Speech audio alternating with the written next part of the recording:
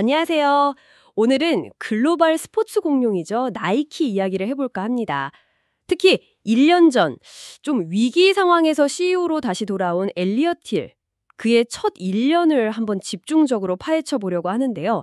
저희가 오늘 다룰 자료가 바로 그 힐의 회생 전략, 그리고 지금까지의 성과, 이런 것들을 분석한 기사입니다. 네, 맞습니다. 힐이 CEO로 복귀했을 때 나이키 상황이 꽤 어려웠죠. 그렇죠. 매출은 줄고 주요 시장에선 수요가 약해지고 또 새로운 브랜드들이 막 치고 올라오고 정말 삼중고였잖아요. 네, 진짜 마라톤 출발선에 선 것처럼 그 재도약을 위한 긴 여정이 시작된 거죠. 벌써 그게 1년이 지났네요. 네, 시간이 참 빠릅니다. 그래서 오늘 저희가 이 자료를 보면서 엘리엇 힐이 나이키의 어떤 문제점을 딱 집어냈는지, 그리고 그 유명한 Win Now, 지금 승리한다, 이 전략이 구체적으로 뭔지, 또 지난 1년간 그래서 뭘 했고 성과는 뭐고 숙제는 뭔지 좀 깊이 있게 보려고 합니다. 그리고 월스트리트 분석가들은 또 어떻게 보고 있는지도 중요하죠. 냉정한 평가까지 한번 들어보겠습니다. 좋습니다. 그럼 먼저 엘리엇 힐이 딱 부딪혔던 그 상황부터 좀 정리해 볼까요? 그가 오기 바로 직전 분기, 그러니까 2024년 가을쯤이었죠. 나이키 매출이 전년보다 10%나 줄었어요. 12억 달러. 네, 10%면 엄청난 거죠. 게다가 2024 회계연도 전체 성장률도 거의 제자리 걸음 수준이었으니까요. 정말 쉽지 않은 상황에서 등판한 거네요. 그렇죠. 근데 힐 CEO가 문제의 원인을 꽤 날카롭게 본 것 같아요.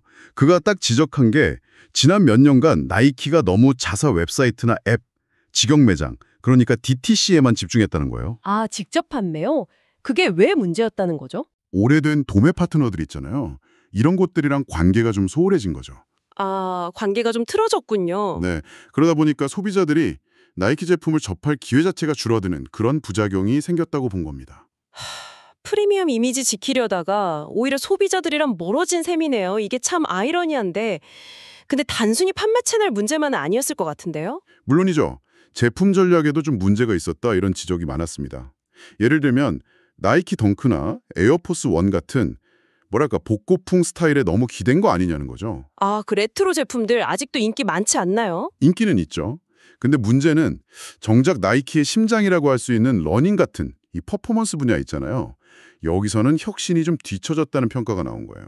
아, 핵심 경쟁력이 약해졌다. 네, 무닝스타 분석가 데이비드 스와츠 같은 사람들은 바로 그 지점 때문에 호카나 올러닝 같은 브랜드들, 기능성 앞세운 신생 브랜드들한테 핵심 러닝 시작을 뺏기고 있다고 지적했죠. 거기다 할인 행사도 너무 자주 해서. 맞아요. 너무 할인을 많이 하면 프리미엄 이미지가 좀 깎이죠. 그렇죠. 그것도 문제였고요. 들어보니까 뭐랄까 나이키가 약간 자기들이 만든 성공 공식에 좀 갇혀 있었던 느낌도 드네요. DTC로 브랜드 관리하고 인기 레트로 제품으로 매출 유지하려 했는데 정작 중요한 퍼포먼스 혁신이나 고객 접점은 놓치고 있었던 상황. 정확히 보셨습니다. 그런 진단 속에서 나온 게 바로 그 윈 나우 전략인 거죠. 네, Win Now. 이름부터 뭔가 되게 절박함이 느껴지는데 구체적으로 어떤 전략인가요? 여기서 이제 힐의 선택이 좀 흥미로운데요. 2025년 3월에 발표했는데 핵심은 나이키의 정체성을 다시 스포츠 그 자체에 맞추겠다는 겁니다. 스포츠요? 네.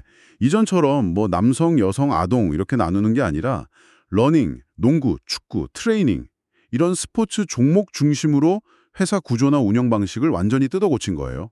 모든 것의 중심에 운동선수를 둔다. 딱 이렇게 기치를 내걸었죠. 와, 이건 단순히 제품군 조정하는 수준이 아니라 그냥 회사 운영 철학 자체를 바꾸는 거네요. 그렇죠. 굉장히 근본적인 변화죠. 그래서 크게 5가지 핵심 영역을 제시했어요. 흔히 OP라고 부르기도 하는데 기업 문화, 컬처, 제품, 프로덕트, 마케팅, 마켓플레이스, 그리고 오프라인 매장 경험, 인펄슨 프레젠스. OP, 문화, 제품, 마케팅, 판매 채널, 매장 경험. 네, 이 5개의 축을 중심으로 나이키를 완전히 새롭게 만들겠다. 이런 의지인 거죠. 예를 들면 아까 말한 그 도매 파트너들하고 관계 다시 회복하고 혁신적인 신제품 개발에서 스토리텔링 마케팅 강화하고 DTC 채널에서는 할인 줄여서 브랜드 가치 올리고 이런 식으로요. 조직 내부적으로도 변화가 콕 갔는데요. 네, 맞습니다. 직원 한 8,000명 정도를 그 핵심 스포츠 카테고리 중심으로 다시 배치했고요. 리더십 구조도 나이키, 조던, 컨버스 이 세 브랜드 중심으로 싹 재편했습니다. 와, 정말 대수술이네요. 윈나오라는 이름처럼 단기 성과랑 장기적인 체질 개선, 이걸 동시에 잡으려는 의지가 강하게 느껴집니다. 그렇죠. 자, 그럼 지난 1년 동안 이 전략이 실제로 어떤 결과를 가져왔는지 한번 보죠. 긍정적인 소식부터 좀 들어볼까요? 러닝 카테고리가 특히 좋았다고요? 네, 맞아요. 러닝 부문은 힐 CEO 본인이 직접 다른 부문들이 본받아야 할 모델이다, 이렇게 말할 정도로 성과가 좋았습니다. 가장 최근 분기 실적 보니까 러닝 부문 매출이 무려 20%나 성장했어요. 20%요? 와우, 엄청나네요. 네, 힐 CEO 말로는 러닝팀이 새로운 스포츠 중심 조직 구조에 가장 빨리 적응했고 실제 선수들의 목소리, 그 통찰력을 가장 날카롭게 잡아서 제품이랑 마케팅에 잘 녹여냈다, 뭐 이렇게 평가하더라고요. 아, 그 조직 개편 효과가 가장 먼저 나타난 거군요. 그렇죠. 이 20% 성장은 단순히 숫자 이상으로 힐의 전략 방향이 맞다는 걸 보여주는 내부적인 증거 같은 역할을 했을 겁니다. 확실히 인상적입니다. 그럼 아까 문제점으로 지적됐던 도매 사업은 좀 회복이 됐나요? 파트너들이랑 다시 손잡으려는 노력이 성과가 있었는지 궁금한데요. 도매 채널에서도 분명히 개선 신호가 보입니다. 그 예전에 DTC 집중하면서 관계가 좀 안 좋아졌던 플라코나 딕스 스포팅구즈 같은 핵심 파트너들 있잖아요. 네네. 이들하고 관계 개선에 집중했는데 그 결과로 2026 회계년도 1분기 도매 매출이 68억 달러, 전년 동기 대비 7% 증가했습니다. 오, 7%면 그래도 의미 있는 반등인데요. 네, 그리고 단순히 기존 파트너하고 관계만 회복한 게 아니라 아마존에 다시 입점한다거나 어반 아웃피터스, 또 캐나다 패션 브랜드 아리치아 같은 좀 새로운 유형의 파트너들하고도 협력을 시작했어요. 판매망을 좀 다각화하려는 모습이죠. 도매 채널 회복은 정말 다행인데, 근데 또 한편으로는 그 DTC로 얻으려고 했던 직접적인 고객 데이터나 브랜드 경험 통제, 이런 장점들은 다시 좀 약해지는 거 아닌가, 이런 우려도 있을 것 같아요. 그건 충분히 나올 수 있는 질문입니다. 근데 힐 CEO 전략은 뭐랄까 DTC랑 도매 채널 사이에서 어떤 균형점을 다시 찾아가는 과정으로 봐야 할 것 같아요. 균형점이요? 네. 예전처럼 어느 한쪽에 확 쏠리는 게 아니라 각 채널이 가진 장점을 살리면서 서로 보완하는 관계를 만들려고 하는 거죠. 물론 그 최적의 균형점을 찾는 게 지금 진행 중인 과제일 거고요. 네, 그 균형점을 잘 찾아야겠네요. 또 다른 긍정적인 움직임으로 여성 스포츠에 대한 투자가 굉장히 공격적이던데요. 이건 어떤 배경이 있는 건가요? 이 부분도 상당히 주목할 만합니다. 거의 30년 만에 처음으로 여성 스타 선수들을 전면에 내세운 슈퍼볼 광고를 했고요. 아, 그 광고 저도 봤어요. 인상 깊던데요? 그렇죠. 그리고 WNBA, 미국 여자 프로농구와의 상품화 계약도 연장했고, 농구 스타 에이자 윌슨 선수랑 협업한 제품은 지난 5월에 온라인에서 딱 5분 만에 매진됐습니다. 5분 만에요? 와, 여성 스포츠 팬덤 열기가 대단하네요. 네. 그리고 요즘 뭐 가장 핫한 선수 중 한 명이죠. 케이틀린 클라크. 이 선수와도 계약해서 2026년에 시그니처 슈즈가 나올 예정입니다. 여기서 시그니처 슈즈라는 건 그냥 이름만 빌려오는 게 아니라 선수 개인의 스토리를 담는 거군요. 맞아요. 선수 스타일, 스토리 다 담아서 특별히 디자인하고 마케팅하는 거라 팬덤이랑 브랜드 충성도를 높이는데 아주 효과적인 무기죠. 그렇군요. 그리고 최근에 킴 카다시안 브랜드 스킴즈랑 협업해서 나이키 스킴즈라는 퍼포먼스 웨어도 출시했잖아요. 이건 어떻게 봐야 할까요? 이것도 뭐 여성 시장 공략이 일환이겠지만 카다시안이라는 패션 아이콘과의 협업이 스포츠 본질로 돌아간다는 기조랑은 조금 결이 달라 보이기도 하는데요. 여성 애슬레저 시장을 겨냥한 전략적인 움직임인 건 맞습니다. 근데 말씀하신 것처럼 킴 카다시안과의 협업은 나이키가 다시 강조하는 그 퍼포먼스보다는 라이프스타일 쪽에 좀 더 가까워 보일 수 있어요. 그렇죠. 약간 애매한 지점이 있네요. 네, 그래서 이걸 보면 나이키가 핵심 스포츠 역량 강화하면서도 동시에 여전히 큰 라이프스타일 시장을 완전히 놓지는 않으려는 뭐랄까 이중 전략 아니면 일종의 해치 전략으로 볼 수도 있을 것 같아요. 양쪽 다 잡으려는. 그렇죠. 다만 이 시장에는 이미 룰루레몬이라는 아주 강력한 경쟁자가 있잖아요. 그래서 모닝스타의 수합 분석과도 나이키 스킴스가 가능성은 있지만 단기적으로 룰루레몬의 아성에 도전하기는 쉽지 않을 거다. 이렇게 좀 신중하게 전망하더라고요. 결국 또다시 스포츠와 라이프스타일 사이에서 나이키가 어떤 균형을 잡을 것인가 이 질문으로 돌아오네요. 자, 지금까지는 좀 긍정적인 면들을 봤는데 여전히 좀 어려움을 겪고 있는 분야도 있겠죠. 아픈 손가락은 어딘가요? 네, 바로 그 직접 판매, DTC 하고 디지털 사업 분야입니다. 아, DTC가 아직 문제군요. 네, 지난 분기 디지털 매출이 전년 동기 대비 12%나 감소했어요. 근데 이게 그 전년도, 그러니까 2025 회계연도에 이미 26%나 급감했었거든요. 26% 빠지고 또 12%가 빠진 거예요. 와, 감소폭이 정말 크네요. 네, 거기다 전체 직접 판매 매출 역시 2025 회계연도에 14% 줄어서 44억 달러를 기록했고요. 상당히 심각하게 보고 있습니다. 이게 아까 말한 도매 채널 강화랑 관련이 있는 건가요? 아니면 다른 이유가 있을까요? 요게님, 그 힐 CEO의 의도적인 정책 변화가 영향을 크게 미쳤습니다. 아까 잠깐 언급했지만 브랜드 가치를 다시 올리려고 직접 판매 채널에서 할인 프로모션을 확 줄였어요. 아, 할인을 안 해서 매출이 줄었다. 그렇죠. 예를 들면 2025년 1월, 2월 북미 나이키 디지털 채널에서는 할인 행사가 단 하루도 없었습니다. 하루도요? 네. 근데 1년 전 같은 기간에는 30일 이상 할인을 했었거든요. 정말 극명한 대조죠. 와, 정말 극단적인 변화네요. 네. 프리미엄 이미지 되살리려고 어쩔 수 없이 선택한 고육지책인데 단기적인 매출 감소는 피할 수가 없었던 거죠. 물론 이게 장기적으로 브랜드 건강성을 진짜 회복시킬지는 좀 더 지켜봐야 합니다. 그렇죠. 할인을 줄여서 매출이 빠진 거라면 어느 정도는 예상했던 결과일 수도 있겠네요. 근데 그만큼 제값 주고 살 만한 매력적인 신제품이나 경원을 줘야 할 텐데 그 부분은 좀 잘 되고 있나요? 오프라인 매장 상황은 어떤가요? 오프라인 매장 역시 아직은 좀 고전 중입니다.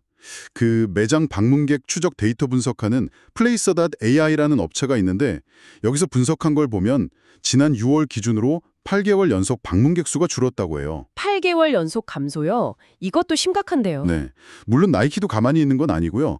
뉴욕의 실험 매장 같은 걸 열어서 스포츠 종목 중심으로 매장 구성을 바꾸는 등 경험 개선 노력은 하고 있습니다.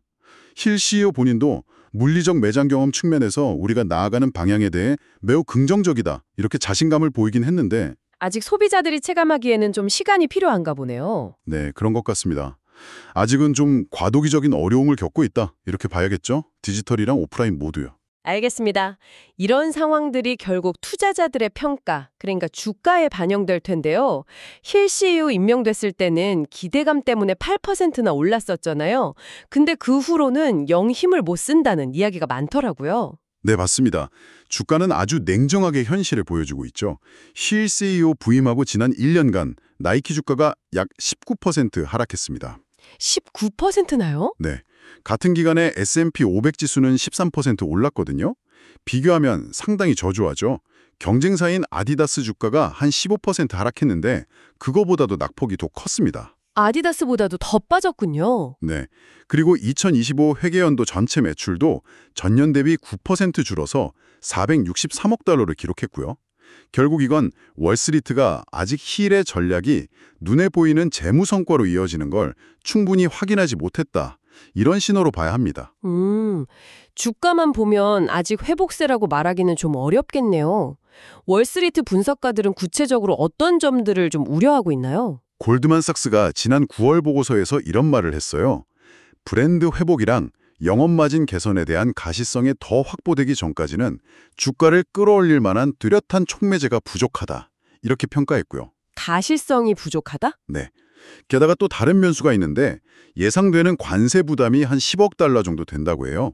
이걸 좀 완화하려고 나이키가 일부 제품 가격을 올렸거든요. 네. 근데 이 조치가 자칫 소비자 저항을 불러서 오히려 판매에 안 좋은 영향을 줄 수 있다, 이런 우려도 나오고 있습니다. 아, 관세 부담 때문에 가격을 올렸는데 그게 또 수요를 위축시킬 수 있다. 악순환이네요. 그렇죠.